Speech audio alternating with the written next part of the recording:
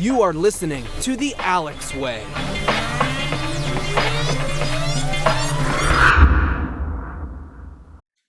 Hi, everybody. Welcome to the Alex Way podcast. This is a podcast about passion, dedication, and leadership in the soccer world, the soccer industry.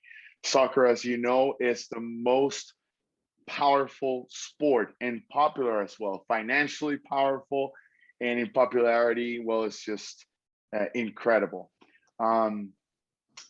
Today we have a special show, but before I introduce you to my guest, I would like to remind you of a couple of things. Don't forget to subscribe to our YouTube channel in case you like the video version of the show. If not, go to anchor.fm / Moraes Melara, or just look for anchor.fm with the hashtag The Alex Way, and you'll find the podcast. Our podcast is in the most popular podcast platforms such as Spotify, Google Play, and also iTunes. So you can subscribe there too and leave us a review. Of course, we are all over the social media platforms as well. So just look for my personal profile, Alex Moraes, or the hashtag The Alex Way, in Facebook, Instagram, Twitter, LinkedIn, YouTube, etc., etc. Of course, I want to make mention of my wife's business, Sugar Bread Co. Just go to Instagram or LinkedIn or Facebook and order your specialty bread made by a chef. That's Chef Maria Moraes, Sugar Bread Co. Alrighty, so for today's show, we're gonna interview our first female coach or female soccer professional guest, all the way from España, from Spain. Ladies and gentlemen, welcome, Ana Bejarano. Hello, everybody. For me, it's a pleasure to talk to Alex and have this interview with him. Awesome.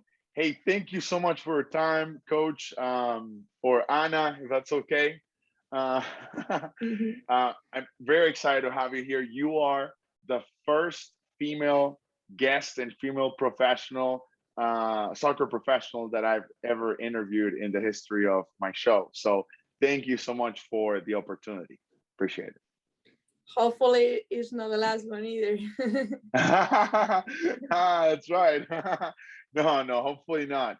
We have some things prepared for this second season of the Alex Way show with more female professionals, but you happen to be the first one.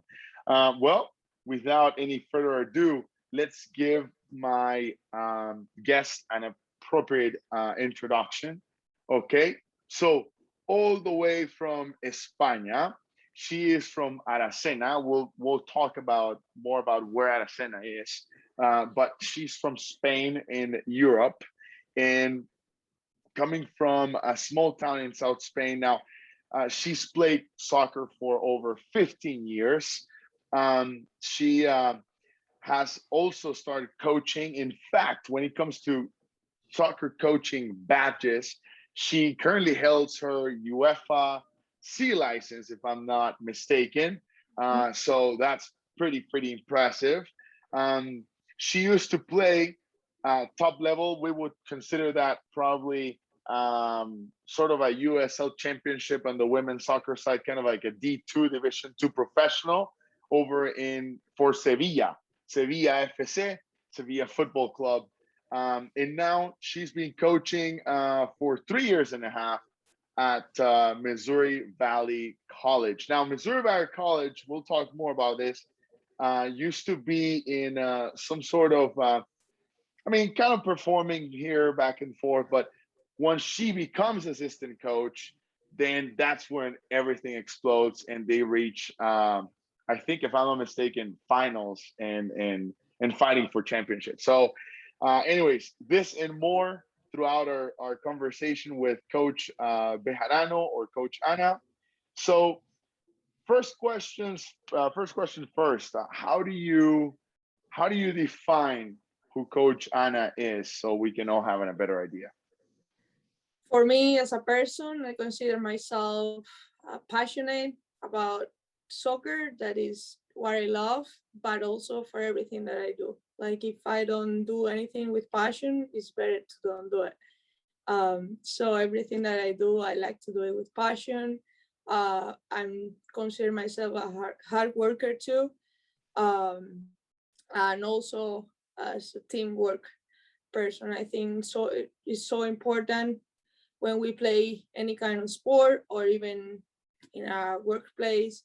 So important to know how to work with everybody else, with your boss and with any coworker. That's how I consider myself. Awesome. So a passionate, hardworking professional. That's pretty neat. Um, I would like to just know a little bit more and bring some context so we can better understand where you come from. But tell us all a little bit about your hometown. Tell me about Aracena. It's a small town in South Spain. What else is there about Aracena? Of I love where I live. Well, my hometown. Not where I live right now, but it's a small town, around 10,000 people. But it's close to Sevilla. That is an hour away. It's close to the beach. Another hour away in a different direction.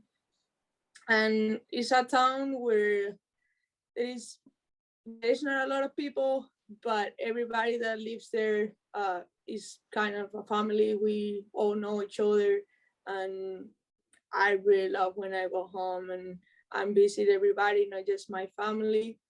And it's like kind of natural things, like my parents has farms and everything in my family. So it's kind of rural things and natural stuff. Okay, that's interesting. So a country girl from Spain. Mm-hmm. Also, the south of Spain is kind of particular. We have a lot of sunlight. People like to stay in the street until 10, 11 p.m. That's why we have those like kind of weird timing for lunch and dinner.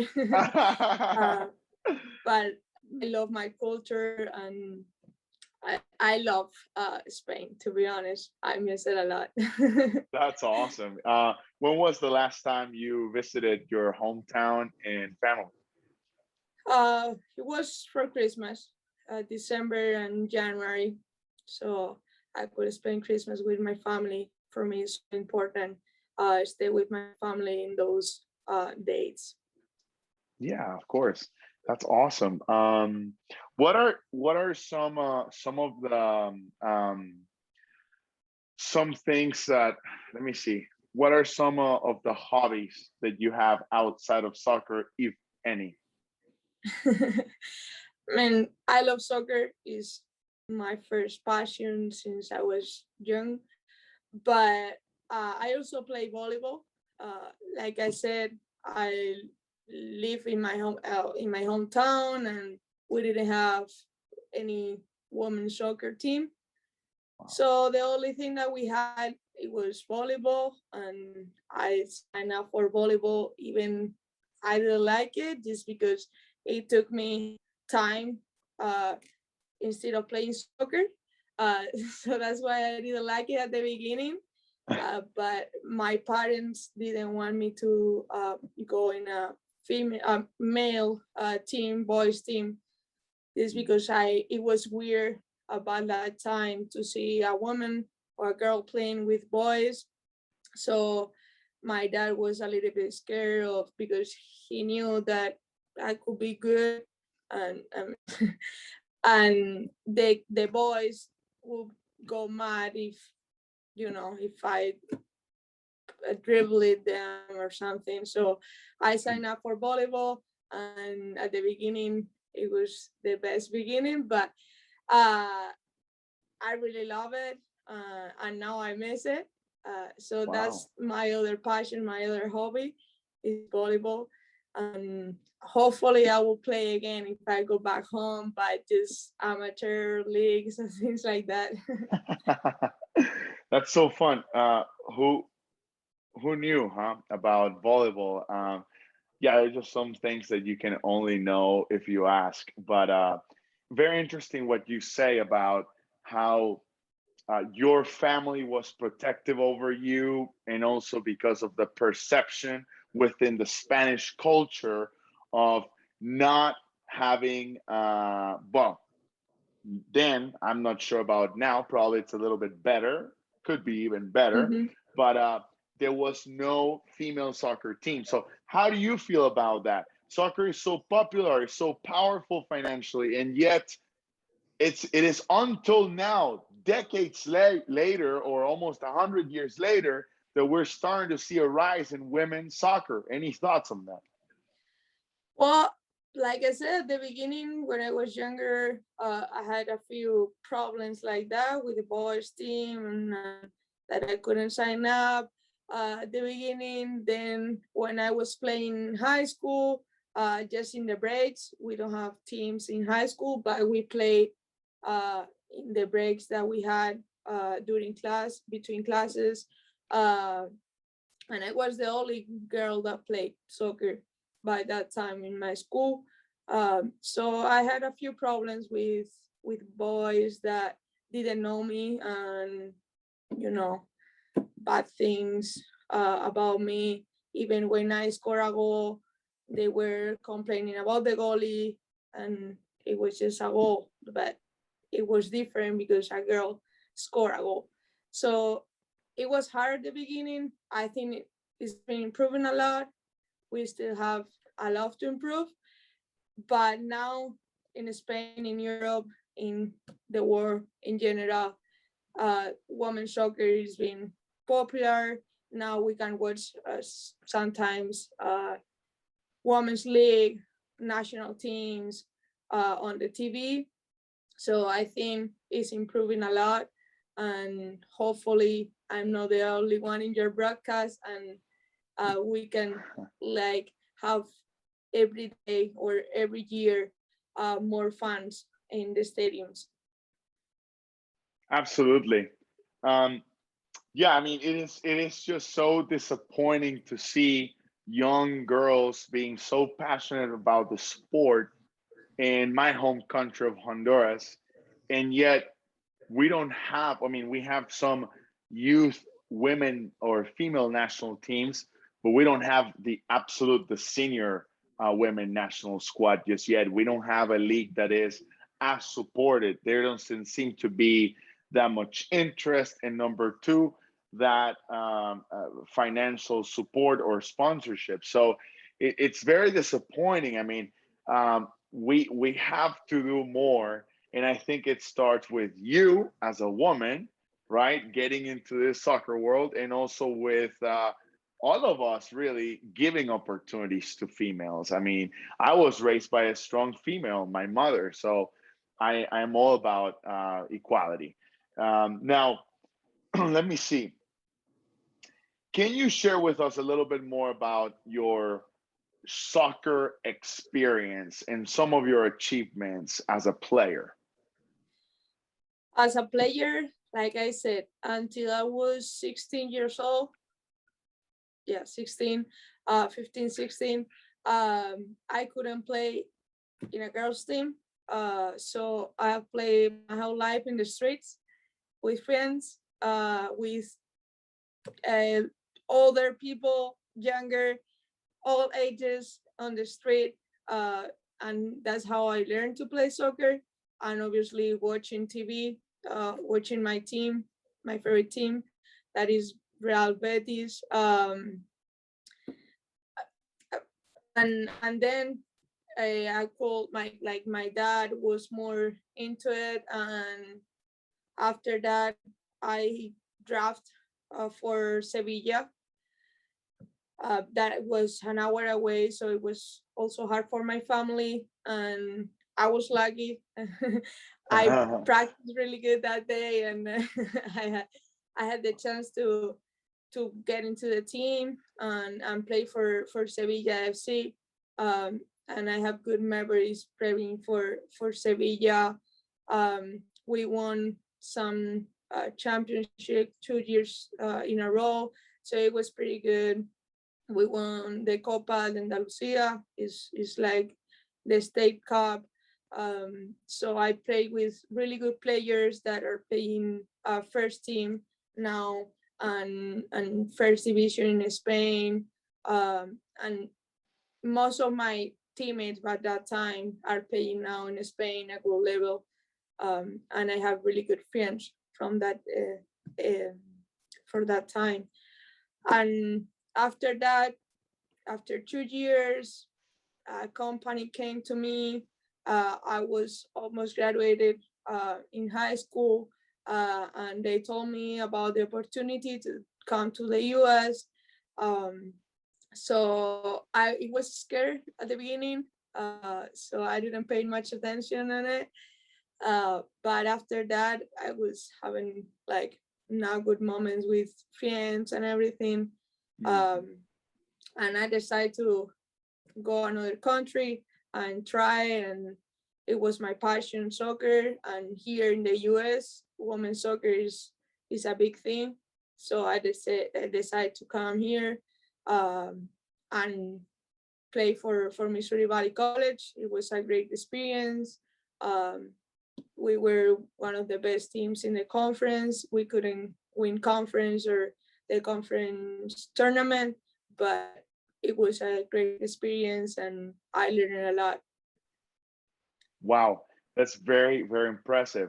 What do you think happened that you didn't further pursue opportunities in your country? I know you were studying in high school, but didn't you think of playing first division or top levels women's soccer with, well, like your friends? Yeah, I mean, that's one thing that when I look back, I kind of like I wanted to be there. But to be honest, in Spain, like we already said, there is not much opportunities. Even those friends that I said that are playing the first division, they are getting some money now, but it's not enough to live the whole life with that money. Like not with like professional males in soccer. So that's why I decided to come here, because I knew that it was important to get a degree in Spain. I don't know if you know, but it's different to play for a club and a college. We don't have sports in universities or colleges. So it was one thing or the other. And I thought that for my future, it was better to keep studying what I wanted. That was exercise science. And here I had the opportunity to do both, and that's why I came here to keep playing soccer and to get my degree. That was going to be more important for my future. Of course. Now, let's talk about that experience as an international student. I mean, I'm a former international myself. Now, thankfully, I'm in a position in which I've gone through it all. It's been very difficult. People tend to think, that at least from where I come from, that once you land in the US, your problems are magically gone. And that's not true. Everything takes time, effort, and also money. Money to undergo every immigration process and status. Mm-hmm. And yet there's no guarantee of us staying. Well, so how was your international student experience at Missouri Valley College? At the beginning, I mean, we take English in high school, in the school, middle school. But when I came, I felt that I didn't know any English. So it was hard for me. Like in Europe, we learn the British accent, so it was even harder because some words that I thought it was pronounced in one way, it was a different way here. So I felt that I didn't know anything in English, so I had to take English classes. I had to learn a lot of things. It was also my first time traveling by myself and living away from home. So it was kind of hard like I said at the beginning, I love my hometown. I love where I live, and it was pretty hard. And I'm like with my family, and are so important for me. So it was pretty hard at the beginning. And like I said, like you said, it costs a lot of money, but at the end of the day, that's not the most important thing. Yes, it takes time. It costs a lot of money, but your mental health is the most important thing for me. And it was tough at the beginning. My first 2 years, missing home, another culture, different food, um, and being just away from home, it was hard. But then I could learn English, well, a little bit. I talk English a little bit better now. Um, but once you are here, Marshall, Missouri Valley is like a small college, and it's kind of similar from where I live. So from my hometown. So I know everybody. I have a host family here that helped me a lot. So it was a great experience, and now I feel that this is my home too. That's so awesome. And what a blessing it is to have or to find a host family or that kind of family or Americans in general who are willing to devote their time, their efforts, and love and pour them onto you, a foreigner, someone who's not even blood related, but they're good people in the U.S. Really, really good people in here with a big heart. That's all I have to say. Mm-hmm. Now, with my wife, we speak about maybe in the future when our kid grows up that we would like to be intentional about helping internationals because A, I was in that position, and B, she has learned to know that it's not easy to be an international Mm-hmm. student abroad. Yeah. So how cool, Anna. Okay, so we are in an interview, season 2, with Coach Ana Bejarano, and she's from Spain. So remember, we are in YouTube as well as in podcasting platforms such as Google Play, Spotify, and iTunes. Don't forget to check my work out in my social media with the hashtag the Alex Way or my name, Alex Moraes. Now, let's talk about your coaching experience. I think this is what we were building up to, okay? And I can see that excitement in your face. So, Anna, first of all, why coaching soccer? You go from playing top level, a player has no responsibility. The only responsibility, actually, sorry, is giving your best, making sure follow through what the coach wants, and try to shine in that system of play, in that formation against such opponents in that league in that season. Why coaching out of the sudden, being responsible of all these egos and all these girls? What's up there? To be honest, my last 2 years playing here in the US, I already knew that I wanted to be a coach. Since I was young, I always wanted to be a coach, but in my last 2 years, it was when I took it more serious. I was trying to get my soccer coach's license and everything, because I just love soccer. I love the idea that we have in Spain, and I would like to transmit it here. So, and I don't know, it's sometimes it's kind of hard. You work 24/7, that's for sure. Like even when you go home after practice, you are still thinking on the practice, on the next game, on the game that we just played. So yeah, it's a hard job, but I love it. I feel that I have the best job in the world. And coaching, again, it's like a family, and for me as international, it's super important to have family that support me, and have people that I can support. um so I love it. Like I love kids too, so I don't mind to coaching kids. I have been coaching this summer a soccer camp. I also, every time that I went home in the last 3 years, I had a girls' academy in my hometown. Was I couldn't have the opportunity to have one, so I tried to have girls, and I was the only one 10 years ago, and now I had 50 girls.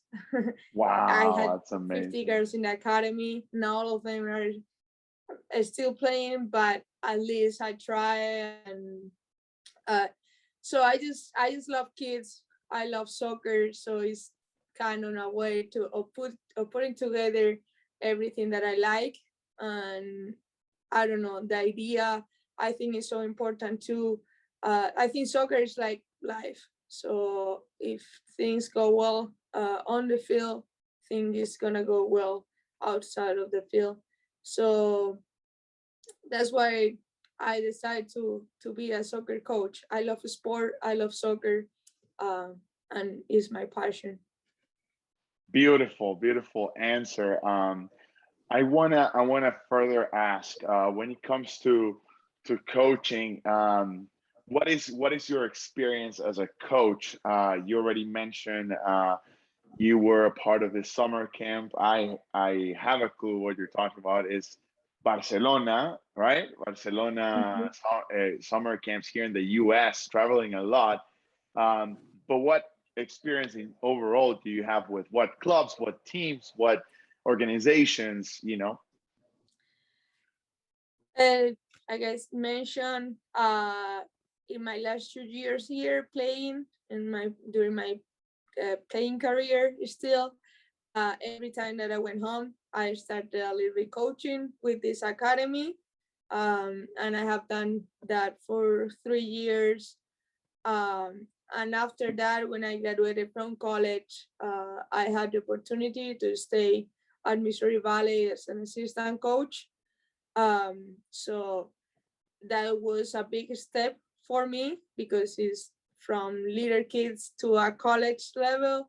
Uh, but for me, it was super important take that step, even it was like big for me.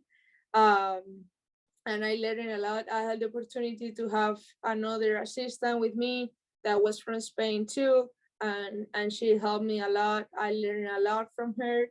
Um, so thanks her, I have uh, done a lot for this college or for this team at Missouri Valley. And this summer, I had the opportunity to stay here during the summer and coach for the Barca Academy. Here in the US, there is camps all around the US. And I don't know, they contacted me. Uh, Also, Barcelona liked me as a head coach, that is a kind of coordinator for them. So I was in charge of 3 teams, and it was pretty fun. It was a great experience learning from all Barcelona coaches. And now I'm here at Missouri Valley again to see if we can win something this year. That's amazing. Now, um, well, and you got to tell us with Missouri Valley as a player, were you able to achieve something important? Whether that's not a trophy, not necessarily, but some finals, some battles for championships. uh, we we qualified for playoff, and we finished in the semifinal. So that's the highest that I got playing here at Missouri Valley. But now coaching, after 30 years, we could go to nationals. We qualify for the nationals tournament, and we also went to the conference tournament final.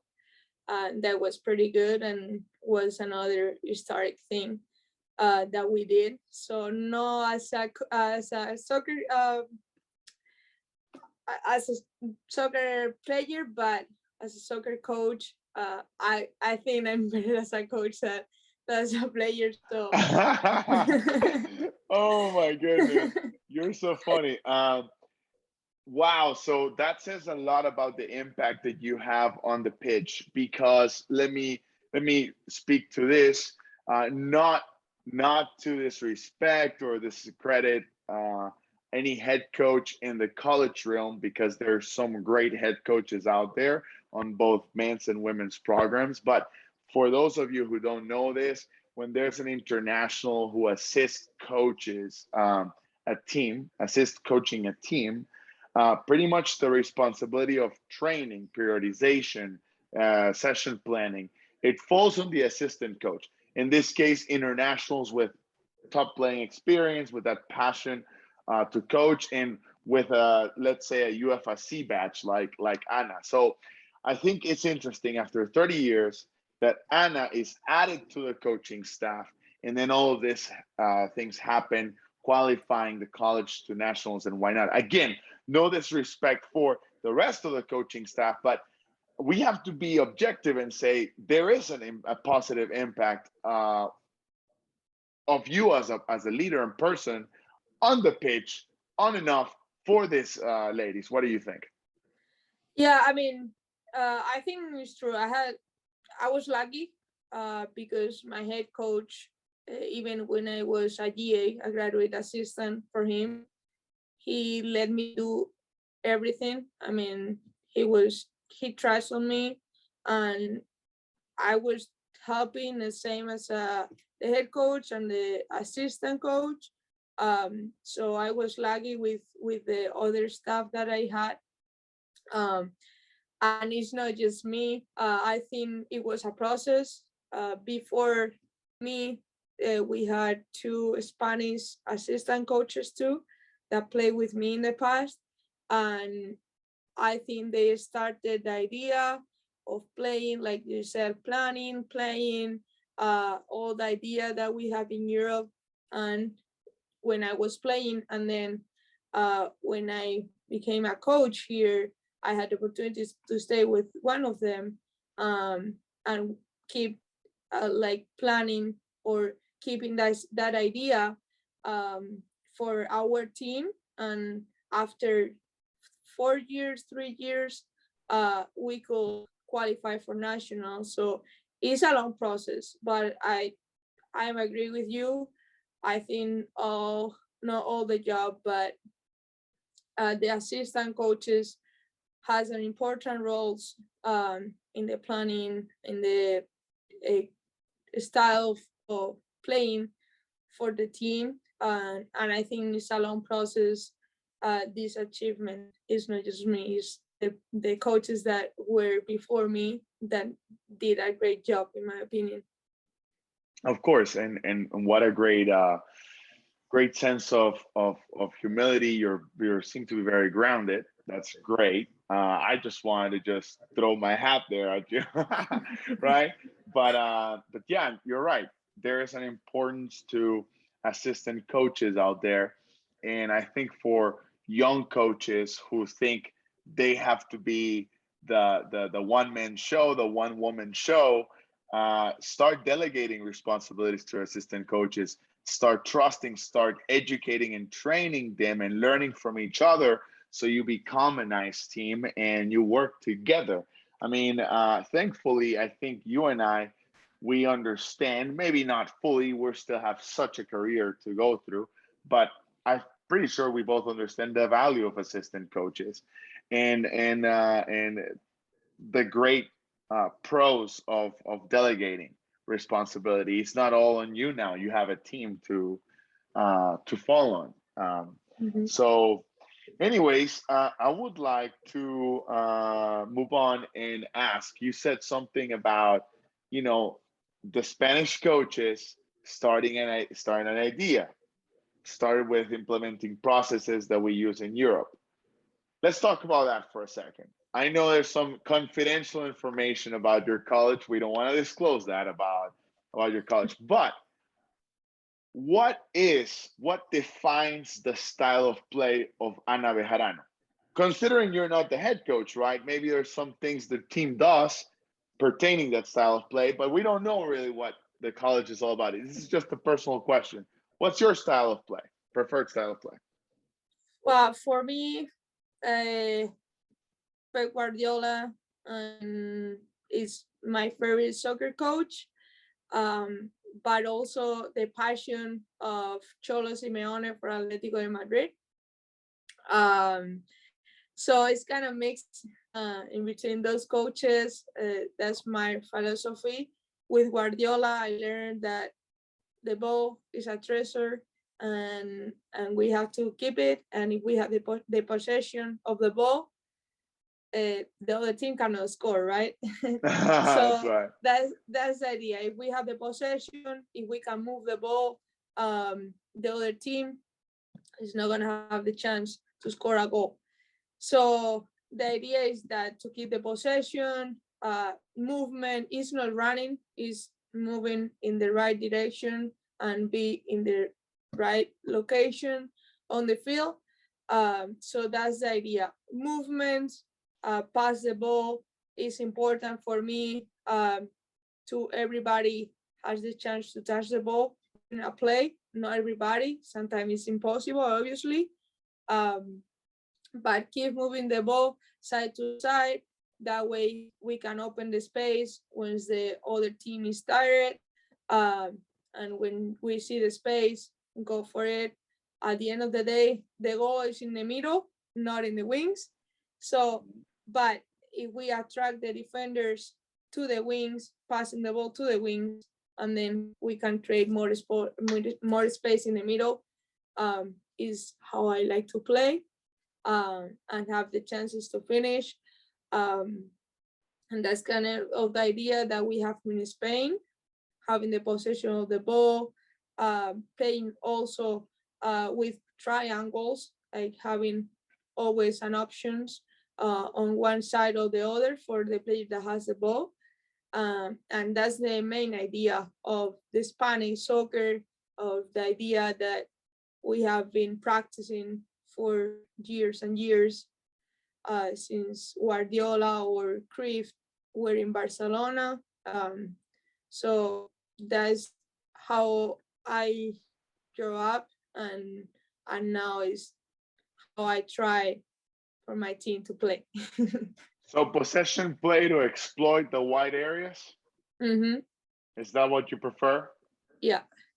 Okay, very interesting. You keep the ball, which is your treasure, thanks to Cruyff and Pep Guardiola. Cruyff happens to be the mentor of Guardiola, which is great. And it is evident that both Pep Guardiola and Cholo Simeone have had a major impact in Spanish football as we know it. I mean, Yep. hence Pep Guardiola, the most, almost close to be the winningest, the most successful coach in the history of soccer, if he's not there already. And then Cholo Simeone is the reigning champion with his Atletico Madrid. So you like champions, huh? Yeah, I mean, Awesome. I like a mix of both. I love the passion that Simeone has. When we are defending, I like to be like Simeone. I just go hard for the ball, work as a team, press high. And that's the idea that I have from Simeone and the idea that I have from Guardiola. So it's a mix of both. Very nice. And then obviously, when it comes to defending, you like high press. Yeah. Yeah. I mean, not necessarily high press, but press together as a team and like have an organized team. For me, it's so important organization and know where our players are all the time. I like when one of my players know what is the other teammate jobs. So you like high press as a defensive unit, Mm-hmm. all right, when defending. Yeah, That's exactly. great. Yeah, as a unit, that's great. Yeah, I think we have a couple of common traits, you and I, believe it or not. This is great. Okay, and so let me see. Something that caught my attention was I think you probably just to clarify, you said something about that the former Spanish coaches that were assisting, who played with you, they implemented ideas from Europe. Are we talking about this kind of ideas? Were those in those ideas? Are we talking about a couple characteristics of your preferred style of play, Ana? Yeah, yeah, definitely. Like players from Spain or the people that is coaching in Spain, we all have the idea, or we all try to play like that. Even we have teams like Atletico Madrid that you said that are more like direct, a direct team. But if you go to younger leagues, you can see that all the teams try to play, like I said, keeping the possession, movement, uh, like the Spanish national team. So a lot of, yeah, a lot of silver medal, right? Silver medal. Yeah. In the Olympic Games. Yeah. We were close. But yeah, that was the idea that we have in Spain. Here is more like more physical style of play that is not bad either. Like I said, I would like a combination of both, having those strong players, but at the same times that they know how to play soccer. So yeah, that's the idea that we have in Spain. That's why I mentioned the former coaches here, the assistant coaches from Missouri Valley College. And that's the idea that we have in Spain, and we try to implement that idea here. Now, what's your favorite color in between blue and red? What would you prefer between blue and red? I prefer blue. Blue, okay, perfect. Let's turn this around.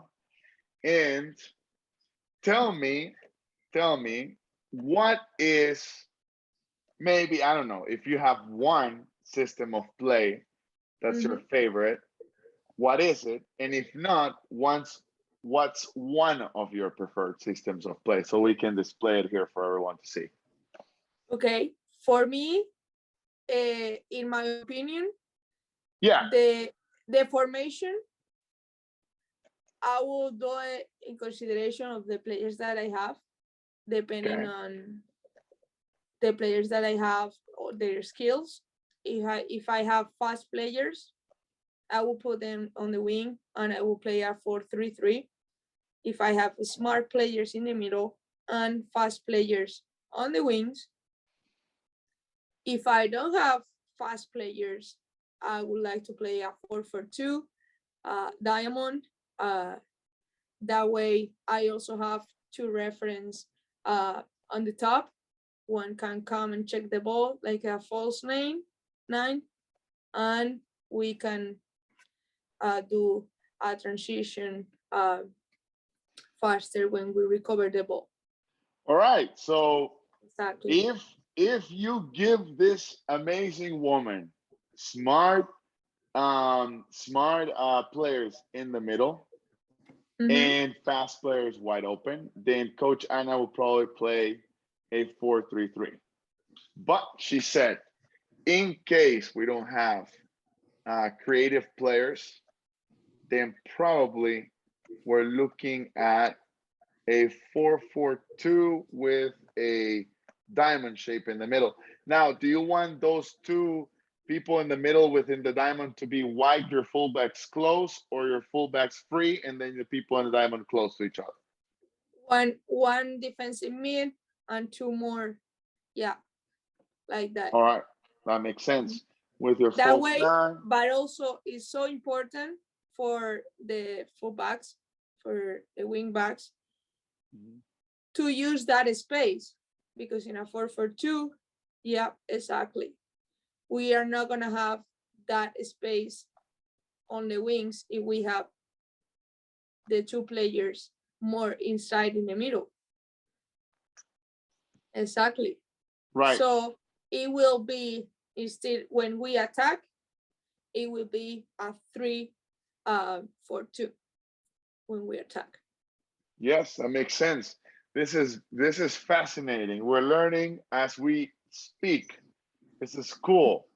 So, all right.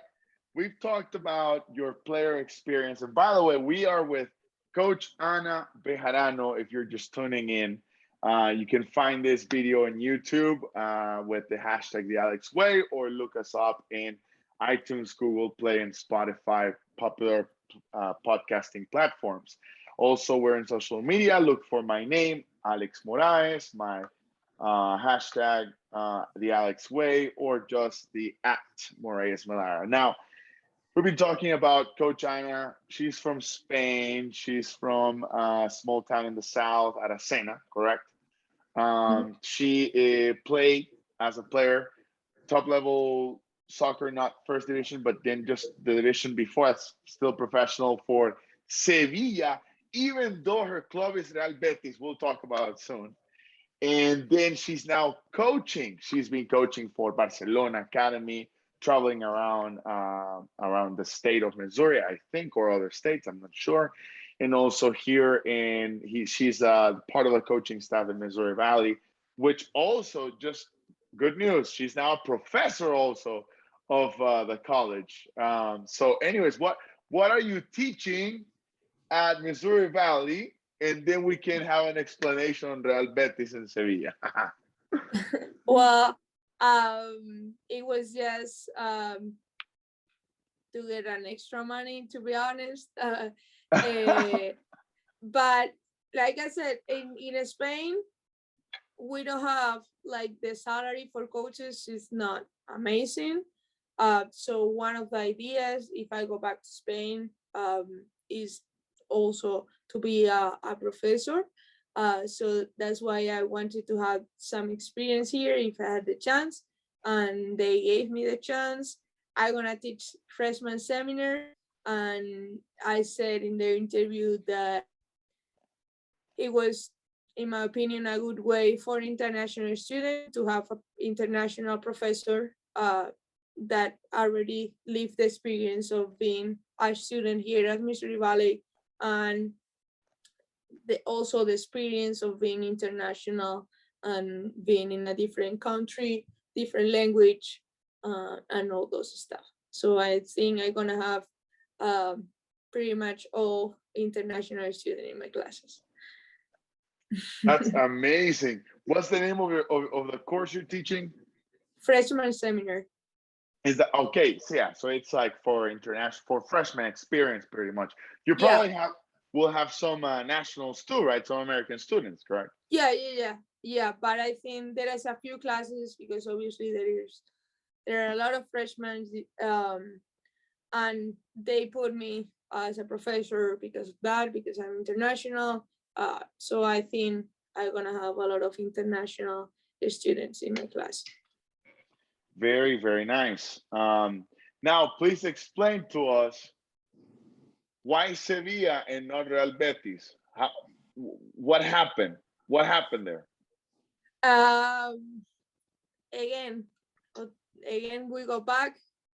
I didn't have a team, so, and Betis is my favorite team because my whole family, my dad's family, since I was a kid, I was 3 years old, I think, 4 years old, the first time that I went to the stadium. So I didn't have a choice. They just bought me a Betis jerseys, Betis scarves, and took me to the stadium, watching TV all the time. Real Betis, so that's why Real Betis is my favorite team, and it's close to home. So I had the opportunity to go to the stadium a lot of times. And why Sevilla and not Betis? Well, again, I live in a small town. I didn't have a soccer team where I could play, so I went to one practice in the Betis facilities, and I talked to the president for the women's team, and they told me that if I wanted to play for Betis, I had to have a soccer team, and they will go and watch me play. Right. but I didn't have the opportunity because I didn't have any teams to go to. I was not gonna sign up like for a regular team and had to travel an hour away every day for practice. Um, and after that, I trained during the summer because another professional team that is called Sporting de Huelva. That is where I live in the provincia. Um, they called me because I knew a referee. I played with some of the referees for that league that they were playing in my hometown. So I played with them one game, and one of the referees came to me and said, "Hey, I think you're good to play in this team. I'm gonna talk to the president." They called me. I had the chance to go and play a tournament for them. But then I got the opportunity to be drafted for Sevilla. I knew that they were doing a draft, so I just went to see the level. I already had a team, so I didn't have any pressure, and I just went there. The facilities were better. The highway was better for my family. It wasn't that long, the trip.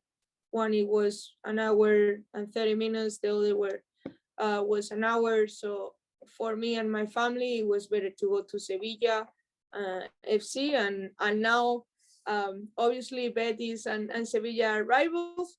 But like for me, I had a great experience playing for Sevilla, and I have kind of my heart also for Sevilla. I don't Of course. support them, but I have like great memories with Sevilla, and that's why I couldn't go. I couldn't play for Betis, but Yeah. now a lot of teammates that I had in Sevilla are playing for Betis now, so it's kind of weird. Wow, that's crazy. Yeah. It, it wasn't that easy with your family, wasn't it?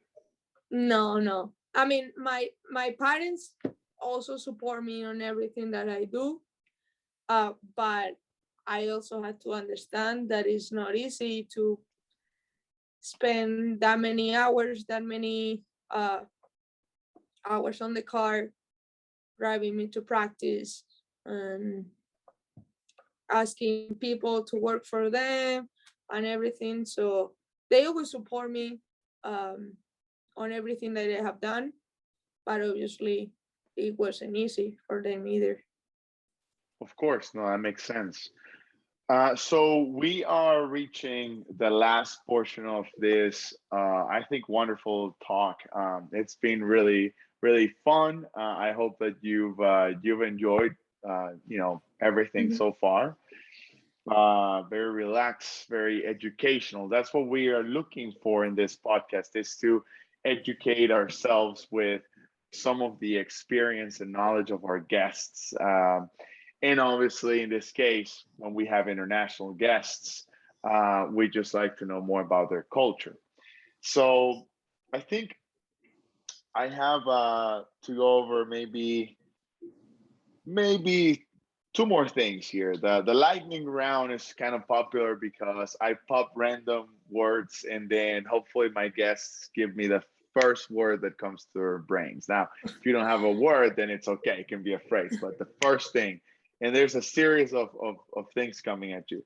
But before we go to Coach Ana's light round, like I like to call it, I would like to ask you, what is next for you in this journey? What do you think? What's your dream?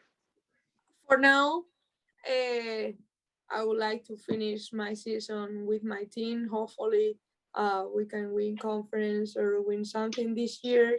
Going to national again. That's our goal, and that's my first point for this season and my close goal. Let's say, and for my future, I would like to be a professional soccer coach, and not just to be a professional. Like I said, soccer is my life, and living or Being from Spain, I understand that soccer coaching is not a good salary back home. So for me, living just coaching soccer, not having another job is enough for me. So coaching a team where I can get paid enough to live and save a little bit of money, it would be fine for me. But obviously, if I can reach the professional level, I will do it. And that's my dream, coaching in Spain, a professional level. And I don't mind of being the first woman in coaching in La Liga. That's like I always said to my mom, obviously it's hard. But I don't know. I don't mind to coach men's or women's. I don't care about that. I just want to be a soccer coach as the highest level. And for now, I like just to live experience, keep learning. So after this year, maybe I go somewhere else and try to coach a different level, a different team. Let's see what happened with my life, but that's the idea.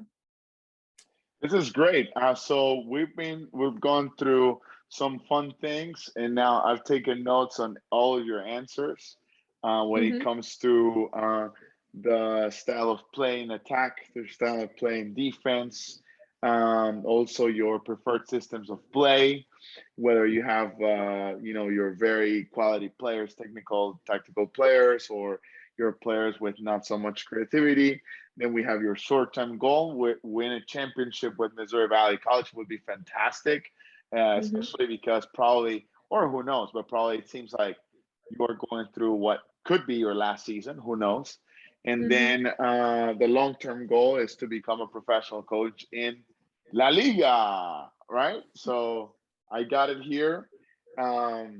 Learning the most I can from my guests. And the last thing we have is a lightning round. So we're going to get started. This is the lightning round for Coach Ana. Are you ready? Oh, I don't know.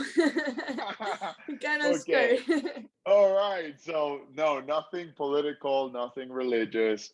So you don't have to worry about that. It's all about what we've talked about and just to see what things come to mind. Again, I would like to do it as quick as you can with one word, but if you don't have one word, it's fine. Believe me, it's fine.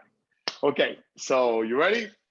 Can I Okay, say names? Sorry, can I say names or? Yeah, absolutely, Okay. absolutely can. Yeah, absolutely. Yeah. Okay, so let's get started. So this is the lightning round, and I'm gonna throw random words, and let's give us thoughts about those words as soon as possible. España. Food. Aracena.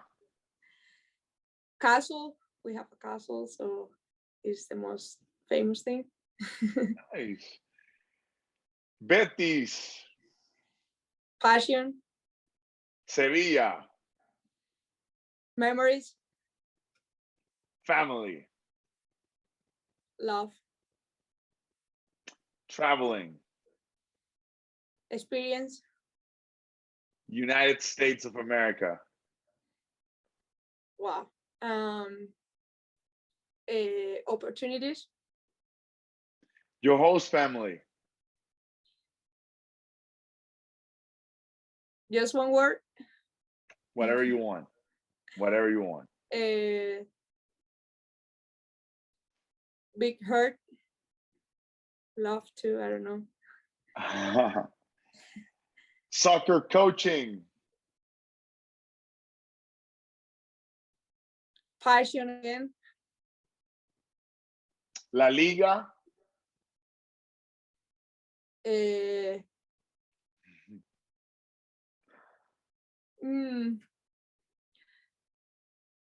Well, I have to think about that. No problem. Okay. How about this? Soccer, football, My life, la pelota, the soccer ball. a treasure, like I said before. Your most important influence in this game. Guardiola, And then this is out of the lightning round, Ana. Any sort of advice that you would like to give to that little girl who is listening, who's watching, who could see this and go, I don't have opportunities. I don't have a girls' team, but I want to be a professional women's soccer player, college player, or coach. like I said, I come from a small town, a small family, and nobody gave me anything. My parents, my mom played basketball. My dad played futsal, but not a professional level, just for fun with friends. So if you work hard, you can get whatever you want. You can achieve wherever you want. But you have to put the passion on it, and don't listen to people, just the people that really love you, your family, your friends, because they are gonna find always some people, some coaches that are gonna tell them that they cannot go to a professional level, they cannot achieve what they want. If you keep trying it, if you find a way to do it, if you spend days and days training or working on it. I had a lot of problems with friends telling me why you don't go out, or because I have a game tomorrow, I have practice, I need to rest, it's good for my performance. And that was the most important thing. So just balance the things that you want. If people can tell you you cannot do this, just do it. Just listen to your family. And for families, it's not for the girls that are listening to me. For families, it's important for them to support their kids and not push them to be professional. They just play soccer or any kind of sport to enjoy. So let them enjoy, because if they push them, they are gonna get tired of it. And the most important thing when they play is to enjoy. That's one thing that I always tell my players, that I always tell the little kids when I coach little kids, is to enjoy. If they don't enjoy, they're gonna get tired of it. So at the young age, just enjoy with the ball. Go and play in the streets. Is how I learn, and is how I get that passion.